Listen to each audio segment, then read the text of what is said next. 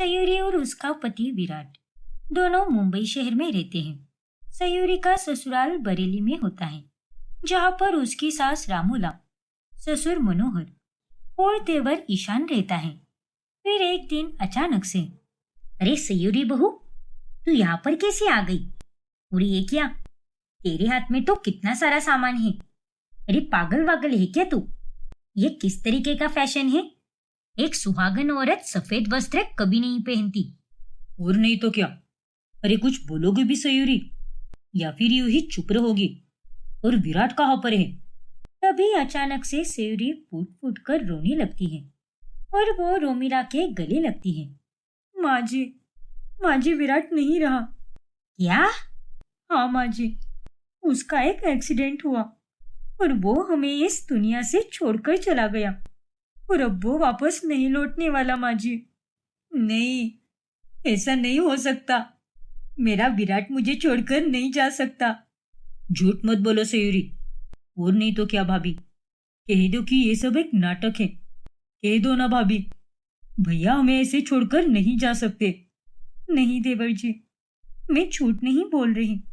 वो अपने दोस्त से मिलने जा रहा था और एक खाई पर उसका एक्सीडेंट हो गया।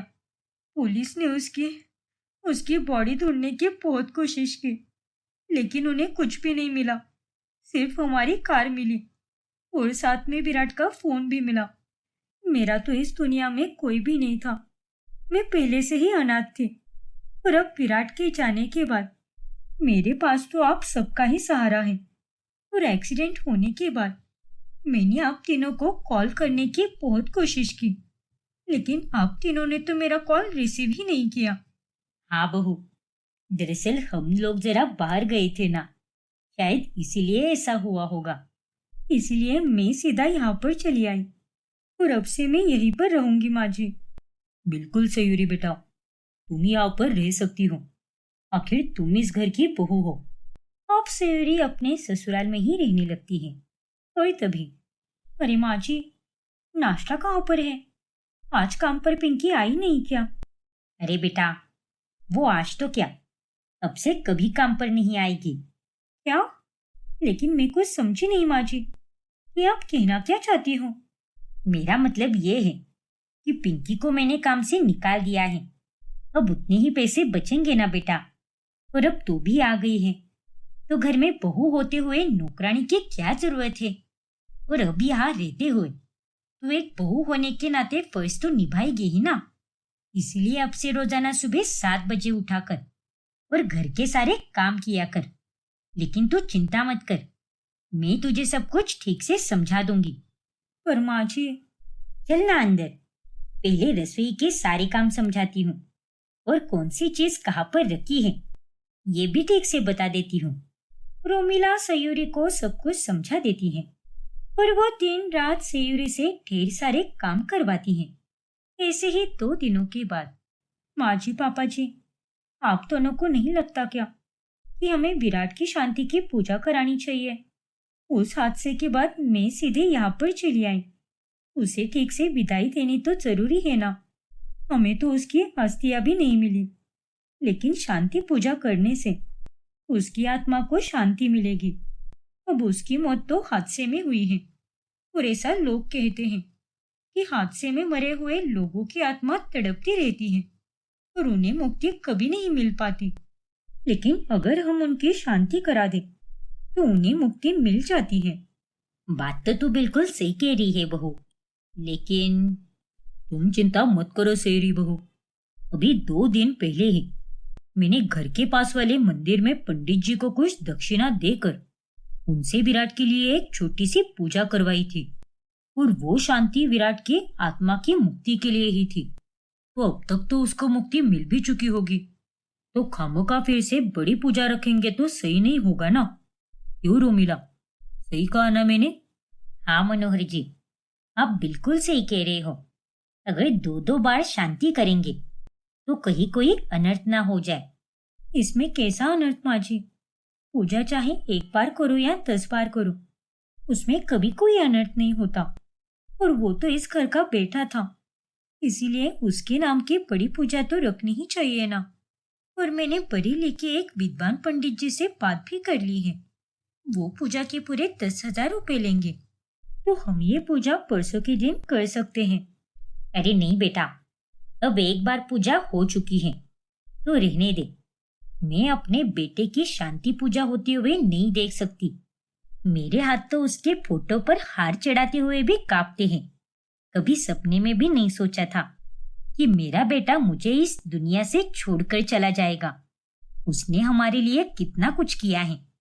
एक बार अगर कोई चीज मांग ली तो वो मुझे वो चीज चुपचाप दिला देता था। हाँ बेटा, और उस दिन जब मैंने मंदिर में पूजा की तब मैंने रोमिला को भी आने के लिए कहा था, लेकिन वो सब ये देख ही नहीं पाती, इसलिए वो वहां पर आई ही नहीं। और वैसे भी पूजा पाठ से क्या ही फर्क पड़ता है। हम हमारे बच्चों के लिए दिन रात दिल से प्रार्थना तो करते ही है ना। हमारी दुआएं हमेशा उनके साथ ही है और हमेशा रहेगी। फिर वो भले ही इस दुनिया में रहे या फिर कोई दूसरी दुनिया में रहे, वो जहां भी रहेगा सुखी और खुश ही रहेगा। इसलिए तुम चिंता मत करो। हाँ सयूरी। ठीक है पापा जी। सयूरी को घर वालों का ये बर्ताव सही नहीं लगता। फिर 15 दिनों के बाद जब ईशान का जन्मदिन आता है, तभी मनोहर और रोमिला घर में एक शानदार पार्टी का आयोजन करते हैं। और ये देखकर सयूरी एकदम हैरान रह जाती है। ये सब क्या है माँ जी? विराट को गए हुए ठीक से 1 महीना भी नहीं हुआ है और आप हो कि एक जश्न मना रही हो। जानते हैं बेटा कि वो हमें छोड़कर जा चुका है, लेकिन अब क्या ही कर सकते हैं। अब उसके लिए जो बेटा जिंदा है उसकी खुशियां तो खराब नहीं कर सकते ना। हाँ बेटा, हम तो उसके माँ बाप हैं, फिर भी हमने इतनी हिम्मत बांध ली है। और तू भी हिम्मत कर ले बेटा। वो अगर जिंदा होता तो वो भी ये कभी नहीं चाहता कि हम सभी लोग उदास रहें, बिलखते रहें। अरे वो तो अपने छोटे भाई ईशान के चेहरे पर हमेशा खुशी चाहता, और इसीलिए हम भी आज वही कर रहे हैं। वो सब तो ठीक है माँ जी, लेकिन फिर भी। देख बहू, तू सच में बहुत ज्यादा सोच रही है। अरे तुझसे ज्यादा दुख तो हमें हुआ है, लेकिन फिर भी हम अपने छोटे बेटे के लिए खुश हो रहे हैं। अरे आज उसका 25वां जन्मदिन है, इसीलिए उसका ये खास दिन खराब नहीं होना चाहिए। अब जाकर सारे पकवान ठीक से बने हैं या नहीं वो देख ले। और हाँ, ऊपर के माले से वो सारे पेपर प्लेट और ग्लास निकाल दे। मेहमान आएंगे तो उनको परोसने के लिए काम आ जाएंगे। पर घर में आए हुए मेहमान भी आपस में बहुत बातें बनाते हैं। हे भगवान, कैसे निर्दयी लोग हैं। बड़ा बेटा मर गया और इन्हें जरा भी गम या पछतावा नहीं है। ऐसा बर्ताव कर रहे हैं जैसे कि कुछ हुआ ही नहीं है। और उस बेचारी विधवा सयूरी को तो देखो, कितनी उदास खड़ी है वो। अरे ये लोग तो एक नंबर के नालायक लोग हैं। इन्होंने तो हमेशा अपने बड़े बेटे के पैसों से ही प्यार किया है। यहाँ बेटे बेटे दिन में 10 चीजें मंगवाते थे। इस घर को बनाने से लेकर इस घर में पड़ी छोटी से छोटी चीज भी उस विराट ने ही खरीदी हुई है। और आज यहाँ पर उसी की बीवी से नौकरानियों की तरह काम करवा रहे हैं। अरे उसके जाने का तो इन्हें कोई पछतावा भी नहीं है। सच में ना जाने कब सुधरेंगे ये लोग। अरे मैं तो ये कहती हूँ कि सयूरी को तो यहाँ आना ही नहीं चाहिए था। वही शहर में अपना नया जीवन शुरू कर देती तो वो तो उसके लिए ही अच्छा होता। लेकिन अब देखो, यहाँ आकर इन सब की गुलाम बनकर रह गई है। और इस रोमिला को काम ही क्या होता है। एक नंबर की मीठी चूरी है। अरे जो माँ अपने बेटे की सगी नहीं हुई, वो दूसरों की क्या ही सगी होगी। ये लोग मेरे घर वालों के बारे में कैसी बातें कर रहे हैं। देखा जाए तो मुझे भी इनका बर्ताव सही नहीं लग रहा। खुशी मनाना गलत नहीं है, लेकिन इतनी जल्दी वो भी सब कुछ भूल कर, ये बहुत गलत है। काश तुम यहाँ पर होते विराट। तुम्हारे जाने के बाद मुझे इस घर में सहारा दिखाई दिया, लेकिन यहाँ आने के बाद मुझे ऐसा लग रहा है कि मेरा यहाँ पर कोई भी नहीं है। अरे ये तीनों तो अपने में ही मस्त है। ऐसे ही एक सुबह जब सयूरी घर के पास वाले मंदिर चली जाती है, तभी आयुष्मान भव बेटा, ये लो प्रसाद। धन्यवाद पंडित जी। वैसे पंडित जी, मुझे आपसे एक बात पूछनी थी। अब पूछो ना बेटा, क्या बात पूछनी है तुम्हें? लेकिन वादा कीजिए पंडित जी कि आप इस बारे में किसी को कुछ भी नहीं बताओगे, खास करके मेरे घर वालों को। ठीक है बेटी, तुम्हारी आंखों से समझ आ रहा है कि तुम्हारा इरादा नेक है, इसीलिए मैं तुमसे वादा करता हूँ कि मैं किसी को कुछ भी नहीं कहूँगा। क्या मेरे ससुर जी ने सच में इस मंदिर में मेरे पति की आत्मा की शांति के लिए पूजा कराई थी क्या? क्या सच में उन्होंने आपको दक्षिणा दी थी? ये तुम क्या कह रही हो बेटा?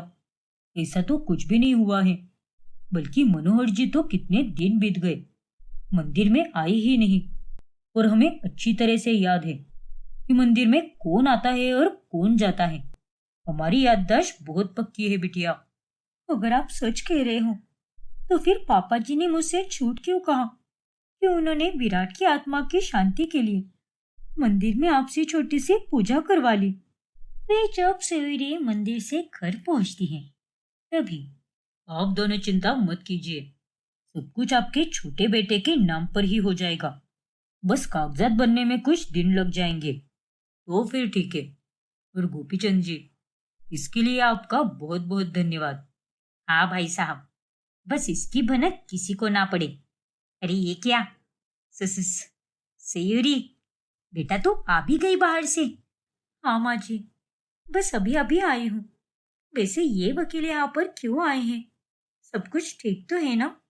और पापा जी, कहीं आपके काम में कोई बाधा तो नहीं आ गई ना? अरे नहीं बेटा, ऐसा तो कुछ भी नहीं है। ये मेरे दोस्त गोपीचंद है, जो पेशे से वकील है। और गोपीचंद, ये रही मेरी बहू सयूरी। नमस्ते बेटा। नमस्ते काका जी। अच्छा हुआ तू आ गई सयूरी। एक काम कर, सबके लिए मस्त चाय और पकोड़े बना दे। तेरा हाथ जला था ना, लेकिन अब तो वो ठीक हो गया है। तो जाकर जल्दी से बना दे। लेकिन माँ जी, मेरे हाथ की जलन अब भी गई नहीं है, इसीलिए मैं मसालों में हाथ नहीं डाल पाऊंगी। अरे क्या तू भी बेटा, इतनी नाजुक तरह से काम करेगी तो कैसे चलेगा? थोड़ी शक्ति तो रखनी ही होती है ना, इसलिए जाकर फटाफट बना दे। अगर घर के काम में हाथ डालेगी तो उस जलन के बारे में भी भूल जाएगी। अब जा, वक्त जाया मत कर। फिर सयूरी रसोई में चली जाती है और वो गहरी सोच में पड़ जाती है। आखिर ये लोग किस विषय पर बात कर रहे थे और मेरे आने के बाद अचानक से इन्होंने विषय बदल क्यों दिया? आखिर यहाँ पर क्या चल रहा है? मुझे तो कुछ समझ ही नहीं आ रहा। ऐसे ही एक रात जब ईशान जग रहा होता है, तभी सयूरी के कमरे से गुजरते हुए उसे किसी आदमी की हंसने की आवाजें सुनाई देती हैं। और ये क्या? भाभी तो किसी आदमी के साथ बात कर रही है। मुझे अभी जाकर माँ और पापा को जगाना होगा, ताकि वो दोनों भी भाभी को रंगे हाथ पकड़ सके। फिर ईशान रोमिला और मनोहर को जगाकर वो उन्हें सयूरी के सामने लेकर आता है और तभी सयूरी सोई हुई होती है। अरे, आप लोग अचानक से क्यों आ गए यहाँ पर? कुछ हुआ है क्या? मैं तो गहरी नींद में थी। ये सब क्या है ईशान बेटा? ये सयूरी तो यहाँ पर सो रही है और तू हमें क्या कह रहा था कि ये किसी आदमी के साथ बात कर रही है? आपकी सो माँ, मैंने अभी 2 मिनट पहले ही भाभी को किसी आदमी के साथ बात करते हुए सुना और वो आदमी हंस रहा था। और उनकी बातों से तो मुझे ऐसा ही लग रहा था कि भाभी का किसी आदमी के साथ अफेयर चल रहा है। चुप रहो ईशान। अरे, मेरे बारे में ऐसा कहने की तुम्हारी हिम्मत भी कैसे हुई? मैं सिर्फ और सिर्फ तुम्हारे भाई विराट से प्यार करती हूँ, फिर वो चाहे इस दुनिया में रहे या ना रहे, मैं मरते दम तक सिर्फ उसी से प्यार करूंगी। इसीलिए प्लीज मुझ पर ये झूठे घिनौने इल्जाम मत लगाओ। माँ जी, पापा जी, मैं कब से सो रही थी और अगर आप दोनों को विश्वास नहीं है तो आप लोग मेरा फोन चेक कर लीजिए या फिर मेरे कमरे की छानबीन कर लीजिए। मैं ना तो किसी से बात कर रही थी और ना ही यहाँ पर कोई आदमी आया था। लगता है तेरा दिमाग खराब हो गया है ईशान, लेकिन अगली बार से जरा ध्यान रखना। और सयूरी बेटा, सो जाओ तुम। फिर सभी लोग सो जाते हैं, लेकिन उस रात ईशान सो ही नहीं पाता। मैंने बिल्कुल सही सुना था। भाभी ने ही मुझसे झूठ कहा। आखिर वो ऐसा क्यों कर रही है और उनकी ऐसी हरकत के पीछे क्या रहस्य हो सकता है? अब आगे क्या होगा जानने के लिए हमारा अगला भाग देखना ना भूलें। और अगर आपने हमारा चैनल सब्सक्राइब नहीं किया है तो अभी सब्सक्राइब कीजिए और बेल आइकॉन दबाना ना भूलें। ये लीजिए आंटी जी, आपकी साड़ी आपने लॉन्ड्री में दी थी ना? हाँ सलोनी बेटा, लेकिन तुम्हें कैसे पता? और मैं चली जाती ना लेने। तुमने इतनी दिक्कत क्यों ली बेटा? अरे आंटी जी, मुझे कोयल ने बता दिया था, इसीलिए मैंने सोचा मैं लॉन्ड्री के रास्ते से ही आ रही हूँ, इसलिए आपकी साड़ी भी लेकर आती हूँ। उतना ही आपका काम भी हो जाएगा। वाह बेटा, तो सच में बहुत अच्छी है। हम बड़े ही भाग्यशाली हैं मंजरी, जो हमारे घर में इतनी प्यारी बहू आ रही है। हाँ हेमराज जी, ये बात तो आपने एकदम सही कही। शुक्रिया अंकल आंटी। चल सलोनी बेटा, अब तू यहाँ पे बैठ के गप्पे मार, तब तक मैं खाना बना लेती हूँ। ईशान ऑफिस से जल्दी आएगा आज, और कोयल की कॉलेज में भी हाफ डे है ना, तो दोनों आते ही होंगे खाना खाने। अरे नहीं आंटी जी, आप आराम कीजिए, आज आप खाना नहीं बनाओगी। लेकिन क्यों बेटा? क्योंकि आज का खाना मैं बनाने वाली हूँ। मैंने सारा सामान भी लाया है। आज मैं ढेर सारे अलग अलग स्वादिष्ट पकवान बनाने वाली हूँ। क्या? हाँ आंटी जी, अंकल, आप, कोयल और ईशान चारों के खाने की पसंद मुझे भली भांति पता है, इसीलिए उस हिसाब से मैं हर एक की पसंदीदा डिश बनाऊंगी। लेकिन बेटा, तुझे काम भी तो होगा ना, तू रहने दे, मंजरी बना लेगी खाना। क्यों खामखा दिक्कत ले रही है तू? हाँ सलोनी बेटा, तू रहने दे। अरे अंकल आंटी, इसमें कैसी दिक्कत? अपनों के लिए कुछ करने में कोई दिक्कत नहीं होती। मैं तो बचपन से अनाथ हूँ। जिंदगी में अब जाकर मुझे परिवार मिला है, इसीलिए मुझे ये करने दीजिए। वैसे भी आज मुझे ऑफिस को छुट्टी है ना, तो कोई प्रॉब्लम नहीं होगी। इतने नेक विचार और साफ मन है तेरा बेटा, और हम सब तेरा ही परिवार है। जा बेटा, बना ले खाना। वैसे शादी के बाद ही बहू के हाथ का खाना खाया जाता है, लेकिन यहाँ तो मैं शादी के पहले ही आप सबके लिए खाना बनाने वाली हूँ।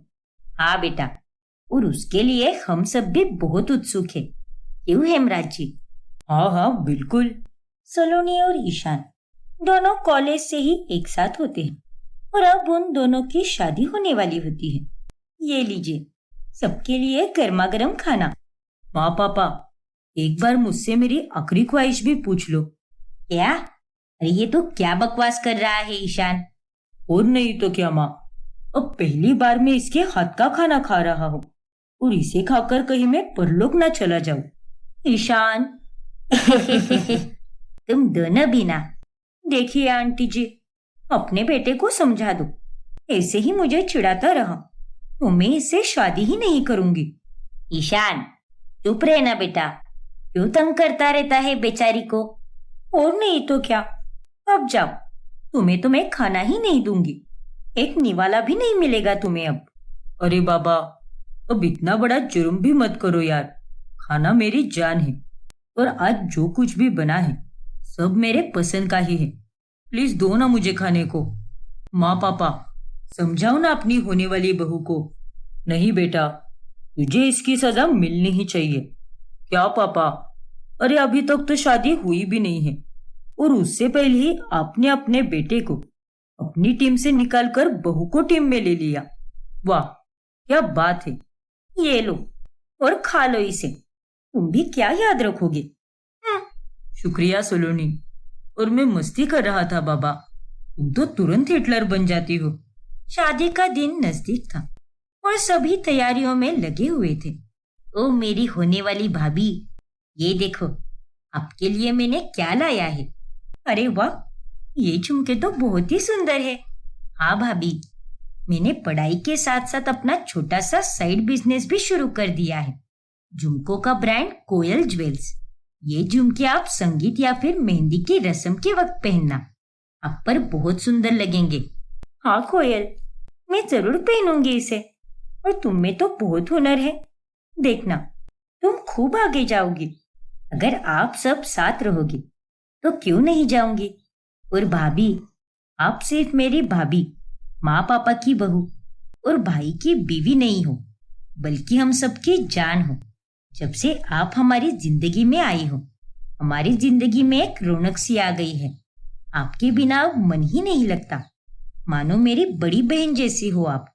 और मैं तो बेसब्री से इंतजार कर रही हूँ कि कब आपकी और भाई की शादी होगी और कब आप यहाँ पर हमारे साथ हमेशा के लिए रहने आओगी। अरे कोयल, तुमने तो मुझे रुला ही दिया। सॉरी भाभी, लेकिन जो भी कहा दिल से कहा। अरे पगली, सॉरी नहीं कहते। और ये तो खुशी के आंसू है, और खुशी के आंसू किसी प्रसाद से कम नहीं होते। तुम सब मुझे जितना प्यार करते हो, उससे कई ज्यादा प्यार मैं तुम सबको करती हूँ। बचपन से लेकर अब तक मैं तो बस जी रही थी, लेकिन तुम सबके मिलने के बाद मुझे जीने की वजह मिल गई है। फिर सलोनी और कोयल एक दूसरे के गले लगती है और आखिर वो दिन आ ही जाता है जब ईशान और सलोनी की शादी होती है। फिर सुबह के समय, ईशान, तुम पागल वागल हो गए हो क्या? अरे मैं तुम्हें वीडियो कॉल नहीं कर सकती। पता है ना अंकल आंटी ने क्या कहा है? रस्मों के अनुसार हम दोनों एक दूसरे की शक्ल भी नहीं देख सकते। अरे ये तुम क्या बात कर रही हो सलोनी? एक शादी के लिए 100 रस्में निभानी पड़ रही है। सच में ये करते करते तो मैं थक गया हूँ। अरे प्यार का दूसरा नाम ही इंतजार होता है मेरी जान। जब इतने दिन इंतजार किया है, वही कुछ और घंटे भी कर लो ना इंतजार। फिर उसके बाद तुम मेरा चेहरा देख लेना। मैं आ रही हूँ वहां पर। चलो ठीक है, अब और क्या ही कर सकते हैं। अच्छा चलो, मैं अभी फोन रखती हूँ। कुछ ही देर में मेकअप आर्टिस्ट भी आने वाला है और मुझे तैयार भी तो होना है। ओके बाबा, मिलते हैं फिर मंडप में। हाँ ईशान, बाय। बाय सलोनी। फिर सलोनी तैयार होकर मंडप में जाने के लिए निकलती है, लेकिन कार चलाते समय अचानक से ब्रेक्स फेल हो जाते हैं। ओह नो, गाड़ी के ब्रेक्स तो फेल हो गए हैं। अब मैं क्या करूं? भगवान जी, प्लीज मेरी मदद करो। सलोनी बहुत घबरा जाती है और थोड़ी ही देर में कार के सामने एक गहरी खाई नजर आती है और सलोनी को अपनी मौत साफ साफ दिखाई देती है। नहीं, मुझे नहीं जाना। जिंदगी में पहली बार मुझे खुशियां मिली है, प्यार मिला है, और अब मुझे नहीं मरना। ईशान! सलोनी की कार खाई में गिर जाती है और दूसरी तरफ ईशान और उसका परिवार सलोनी के आने का इंतजार कर रहा होता है। क्या हुआ ईशान बेटा? सलोनी का फोन लगा या नहीं? नहीं माँ, उसका फोन तो अभी स्विच ऑफ बता रहा है। क्या? 1 घंटे पहले मैंने भाभी से बात की थी, तब उन्होंने कहा कि मैं 5 मिनट में निकल रही हूँ, तो उस हिसाब से अब तक तो उन्हें यहाँ पर पहुंच जाना चाहिए था। पता नहीं कहाँ रह गई वो। मुझे बहुत घबराहट सी हो रही है, जैसे कुछ सही नहीं है। ईशान बेटा, हमें सलोनी के घर जाना चाहिए। हाँ पापा, अब तक हमने बहुत इंतजार कर लिया, चलो निकलते हैं। फिर ईशान और हेमराज दोनों सलोनी के घर जाते हैं, लेकिन वो वहां पर नहीं होती। फिर वो दोनों जब वहां से अपने घर जा रहे होते हैं, तभी एक खाई के पास भीड़ जमी दिखती है। पापा, लगता है वहां पर कुछ हुआ है। अरे वो सब छोड़ ईशान, तू गाड़ी चला, हमें सलोनी का पता लगाना है।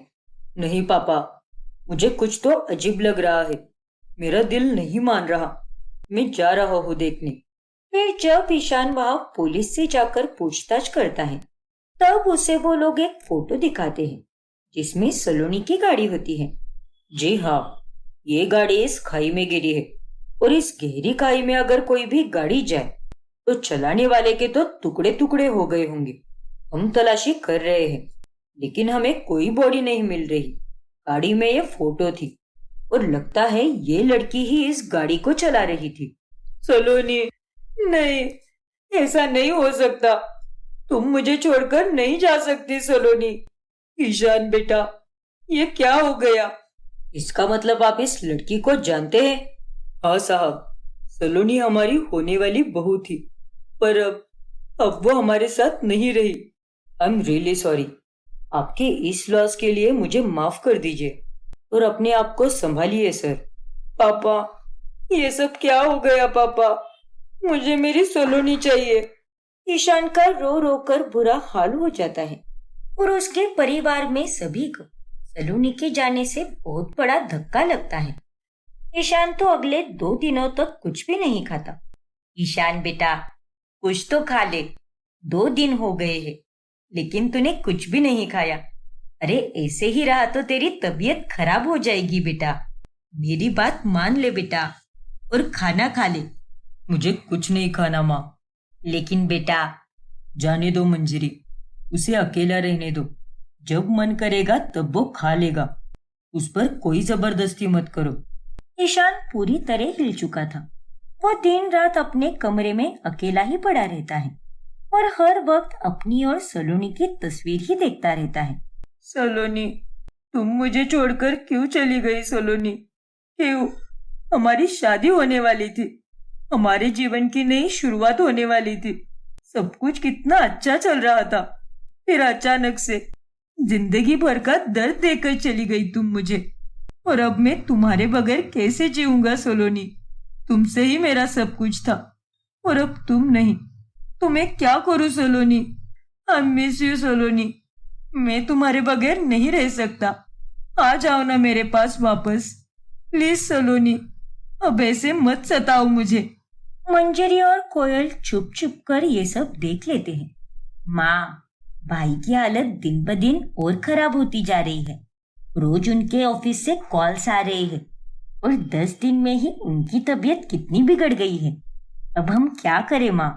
पता नहीं कोयल, मुझे तो कुछ भी समझ नहीं आ रहा कि अब हम क्या करें। 2 दिन बाद भाई का जन्मदिन है और भगवान करे कम से कम उस दिन तो वो अपने कमरे से बाहर निकले। फिर कोयल, मंजरी और हिमराज तीनों ईशान के जन्मदिन पर उसके कमरे में जाकर उससे बात करते हैं।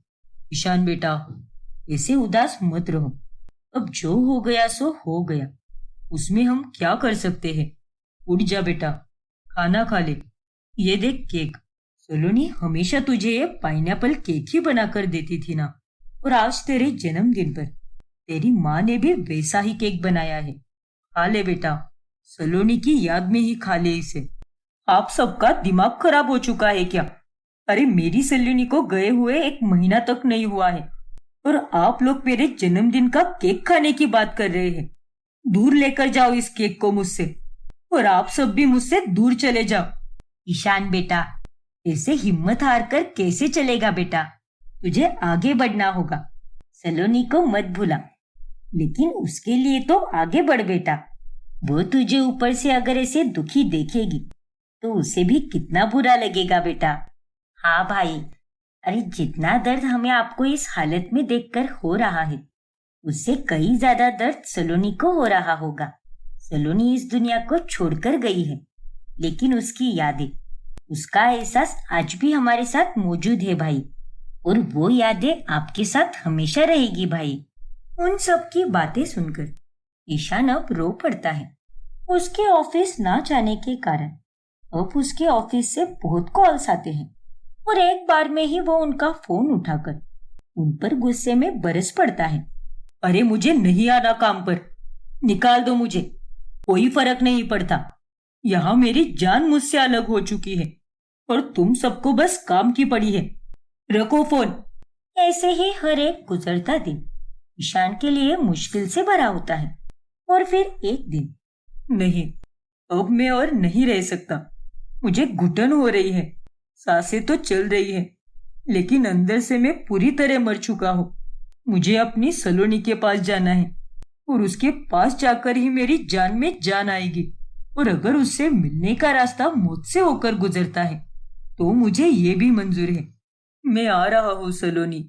अब ईशान अपनी जान देने के लिए निकल जाता है और शाम तक जब वो घर पर नहीं आता तब सभी लोग बहुत घबरा जाते हैं। अरे ऐसे कैसे चला गया वो? हमें उस पर ध्यान देना चाहिए था। माँ, पापा, वो अरे कुछ तो बोल कोयल, कहाँ से भागते हुए आ रही है तू? कुछ पता चला क्या तेरे भाई के बारे में? हाँ माँ, वो पड़ोस के राजीव अंकल कह रहे थे कि उन्होंने भाई को कुछ देर पहले ही ब्रिज के पास खड़ा देखा। क्या? कोयल की बात सुनकर हेमराज और मंजरी के पैरों तले जमीन ही खिसक जाती है। ईशान ब्रिज पर अपनी जान देने जा ही रहा होता है कि तभी वहां पर एक लड़की आकर उसे रोक लेती है। अरे रुक जाओ, ये तुम क्या करने जा रहे हो? मरना है मुझे, कुछ नहीं रखा अब जीने में। क्या? अरे पागल वागल हो गई हो क्या तुम? उतरो, अभी के अभी नीचे उतरो। नहीं, प्लीज दूर हो जाओ मुझसे।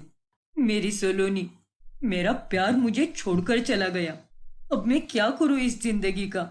मुझे भी उसके पास जाना है, जाने दो मुझे।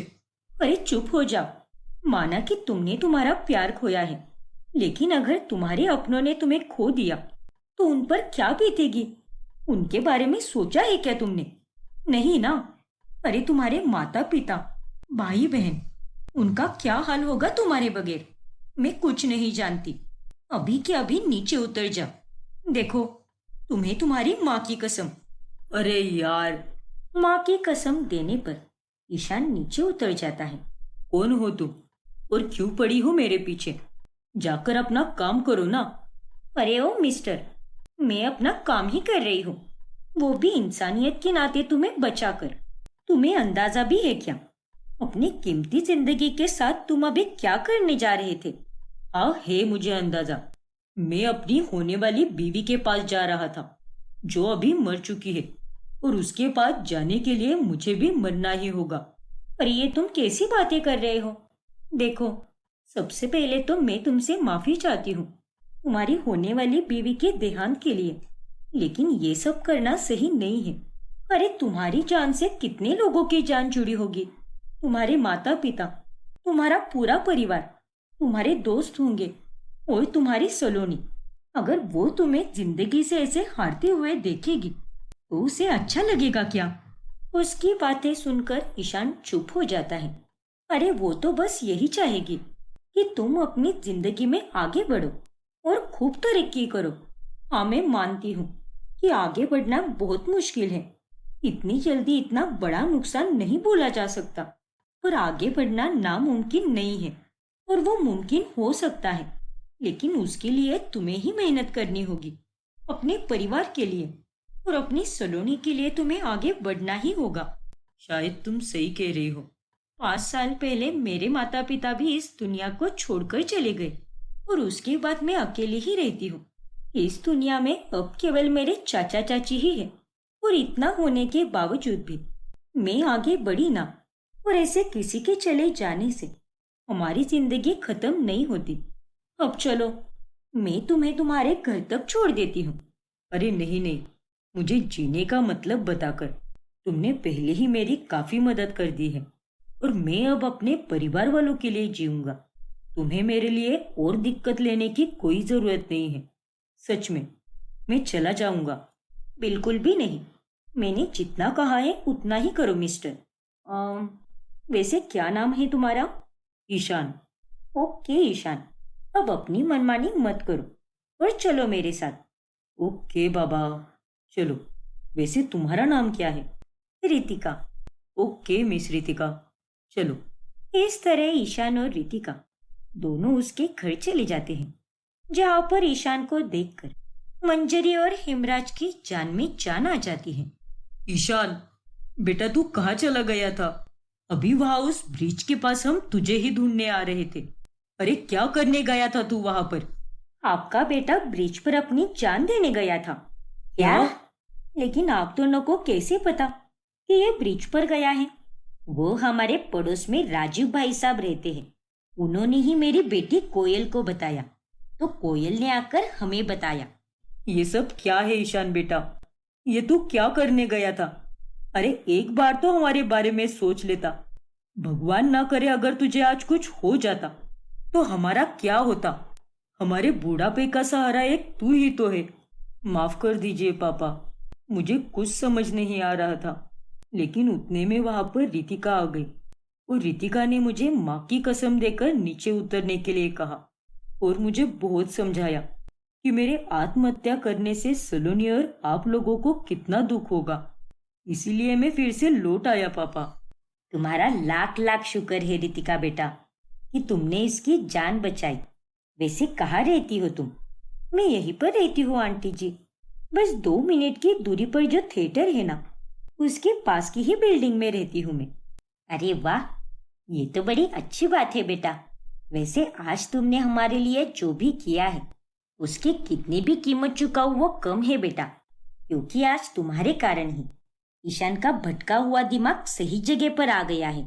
तुमने उसे जीवन का सही अर्थ समझाया, इसलिए आज तुम्हें हमारे साथ खाना खाना होगा। अरे नहीं आंटी जी, इसकी कोई जरूरत नहीं है। जरूरत है बेटा। जब से सलोनी गई है तब से ईशान ने ठीक से खाना भी नहीं खाया है, इसीलिए ये काफी कमजोर हो गया है। और तुम्हारे बहाने कम से कम ये आज तो खाना खा लेगा। प्लीज बेटा, अपने नए दोस्त को समझाओ। अरे ओ मेरे नए दोस्त, चलो आज खाना तो खाना ही पड़ेगा तुम्हें, समझे कि नहीं? ठीक है बाबा, चलो। फिर ईशान अपने परिवार और रितिका के साथ खाना खाता है और इस तरह से उसकी और रितिका की दोस्ती की शुरुआत होती है। मंजरी भी अब रितिका का फोन नंबर ले लेती है। फिर एक दिन, अरे माँ का फोन कब से बज रहा है? लगता है माँ पड़ोस में गई है। ये तो रितिका का कॉल है, मैं ही उठा लेता हूँ। हाँ बोलो ना रितिका, क्या हुआ? अरे वाह, चलो अच्छा हुआ जो तुमने ही फोन उठा लिया। वो दरअसल माँ पड़ोस में गई है ना, इसीलिए मैंने ही उठा लिया फोन। तो कैसे हो अभी? पूरी तरह तो नहीं, लेकिन थोड़ा बहुत ठीक हूँ अभी। चलो कोई बात नहीं, मैंने कहा ना, मुश्किल है लेकिन नामुमकिन नहीं। हाँ रितिका, मुझे तुम्हारी बात अच्छे से याद है। वैसे मैंने तुमसे बात करने के लिए ही आंटी को कॉल किया था। मैं कल सुबह एक वृद्धाश्रम में जा रही हूँ और वहां पर जाकर मैं उन लोगों को कपड़े, खाना और बाकी जरूरी चीजें दूंगी और पूरा दिन उनके साथ ही बिताऊंगी। ये काम मैं हर 2 से 3 महीने में करती हूँ। तो अब मैं ये सोच रही थी कि इस बार हम ये सब साथ में ही करें। तो बताओ, चलोगे मेरे साथ? हाँ हाँ, क्यों नहीं। और ये तो बड़ी अच्छी बात है जो तुम इतना नेक काम कर रही हो, इसीलिए मैं तुम्हारे साथ जरूर चलूंगा। वैसे सलोनी को भी दूसरों की मदद करना बहुत पसंद था। अरे वाह, तो फिर तय रहा। हम कल सुबह वृद्धाश्रम जाएंगे। सुबह 9 बजे तैयार रहना, ठीक है ना? ठीक है रितिका।